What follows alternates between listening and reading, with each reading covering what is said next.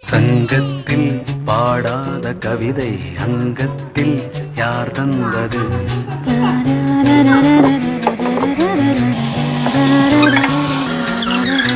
சந்தத்தில் மாறாத நடையொடு என் முன்னே யார் வந்தது?